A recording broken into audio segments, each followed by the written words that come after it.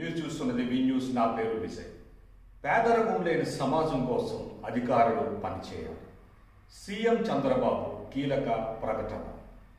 ఆంధ్రప్రదేశ్ జిల్లా కలెక్టర్ల సమావేశంలో సీఎం చంద్రబాబు కీలక ప్రకటన చేశారు.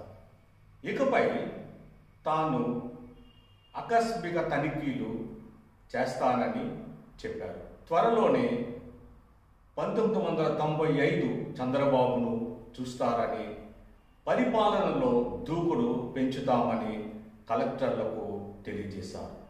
ఈ విషయాన్ని గుర్తుపెట్టుకోవాలని హితవు పలికారు. రాష్ట్రంలో ప్రతి నెలలో 1వ తేదీన పేదల సేవలు అనే కార్యక్రమాన్ని అమలు చేస్తామని సీఎం చెప్పారు.